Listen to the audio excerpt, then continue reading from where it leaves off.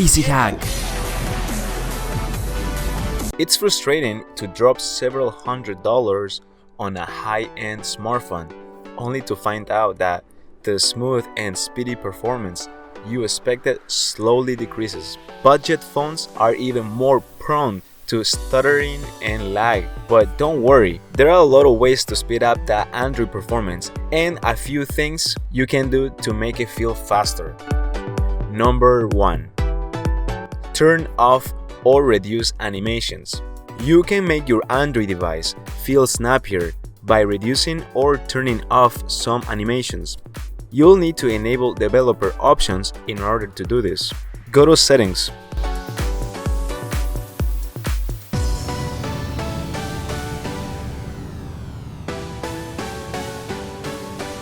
About Phone and scroll down to the System section to look for Build Number. Tap on it 7 times and you should see a message about being a developer. You can now go back to the previous menu and you should see a developer option listed under System. Hit in there and scroll down to find Window Animation Scale, Transition Animation Scale, and Animator Duration Scale. Tap each in turn and set it to 0.5x or off. Pick an option to find what suits you. If you don't like it, just go back and change the values again. Number 2. Clear cached app data. Cached data for apps should help them to load more quickly, but it can build up over time to take up quite a lot of space, and there will potentially be cached data in there for apps that you no longer use. Sometimes clearing cached data for an app can also help clear up flaky behaviors. If you want to pick up individual app, then head into Settings,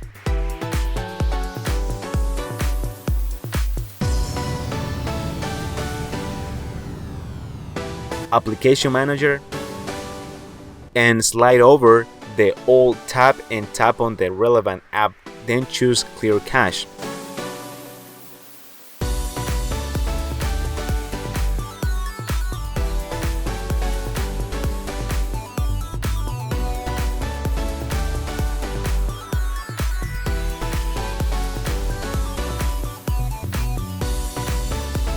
Also, check out CCleaner. It cleans out your app cache and helps perform this kind of maintenance. Number 3. Uninstall and disable unused apps. You don't want to allow apps that you never use to take up space on your device and potentially eat into your system's resources. Go to Settings, Apps, and swipe over to All tab. Take a good long look down the list and identify the apps you don't want or need. Tap on any app you don't want and then choose Uninstall, or if the option is not there to uninstall, tap Disable. Disabled apps will be listed in a new tab, so you can always enable them again in the future if you change your mind. You should also take a look in Settings, Apps at the Running tab. Some apps want to be running all the time, and they can seriously impact on performance. Think carefully about whether you need what's listed there. You can also completely delete apps that you don't use, like the ones that come pre-installed on your phone, by doing a cool trick. I have another video where I explain how to do it. Just click right here or the link in the description below. Number 4. Turn off or reduce autosync.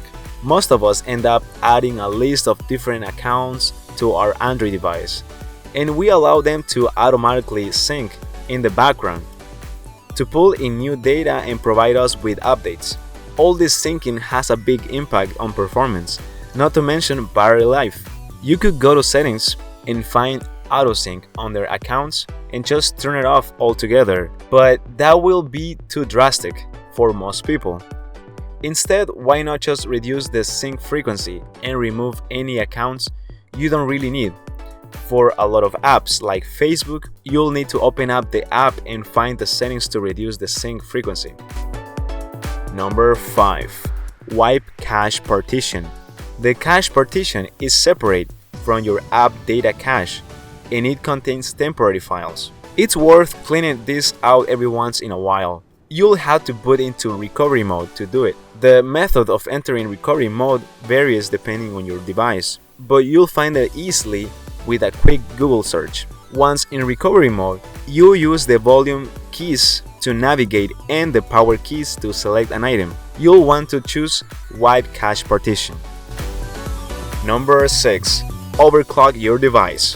One of the reasons you'll see differences in performance between Android devices with essentially the same processors is that some OEMs limit speed in order to reduce heat and extend battery life. If you're willing to root your Android device, then you can overclock it by using an app like Set CPU or Android Overclock. It's wise to proceed with caution if you decide to do this. Number 7. Make sure you're up to date. The latest software will often contain bug fixes and general improvements, and it can help your Android device to run better. Software updates tend to come OTA, over the air, and you should be automatically prompted to install them. But it doesn't hurt to check. Go to Settings, About Device, Software Update, and check for updates. Same logic applies to apps. So fire up the Play Store. Open the menu at the top left and then tap My Apps, and make sure all the apps you use are up to date. Number 8. Clean up your home screen. If you choose to use live wallpapers, then consider replacing it with a good static image.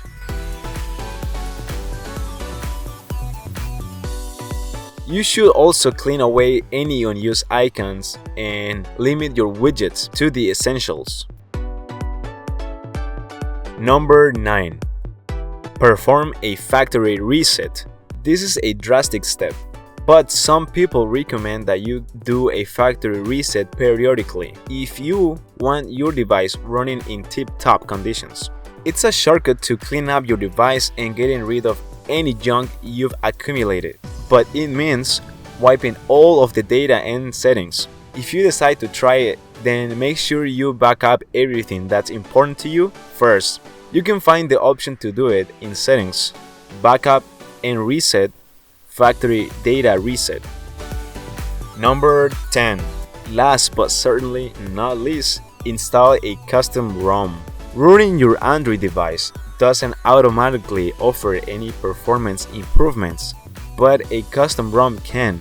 For some devices that are no longer being updated, custom ROMs are the way of getting a newer version of Android. You could also find custom ROMs that dispense with bloatware entirely and offer some interesting tweaks and modifications. You'll need to do some research to find the right custom for you. We've reached the end of our tricks to make your Android phone run faster, but I love to hear your suggestions, so leave a comment and tell us which method worked for you. And if you would like to learn other cool tricks that you can do with your phone, check out the rest of the videos that I have, like how to download paid apps for free, how to turn your old phone into a security camera, how to connect console controllers to mobile devices, and how to make free phone calls over Wi-Fi.